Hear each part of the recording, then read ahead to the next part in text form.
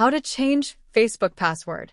First, open the Facebook app and tap on the three lines in the top right corner of your screen.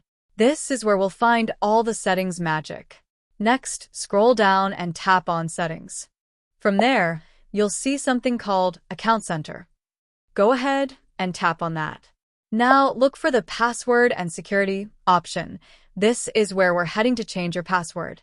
Once you're in, tap on Change Password. You'll be asked to select your account, so just tap on the account you want to update. Here's the fun part. Facebook will ask you to fill in 3 fields: your current password, your new password, and then retype your new password to confirm it. Take your time here and make sure your new password is something strong and secure. Once you've filled out all 3, tap Change Password. Now, for security purposes, Facebook will send you a confirmation code to your email. Just check your inbox, grab that code, and enter it into the box on Facebook. Then, tap Continue.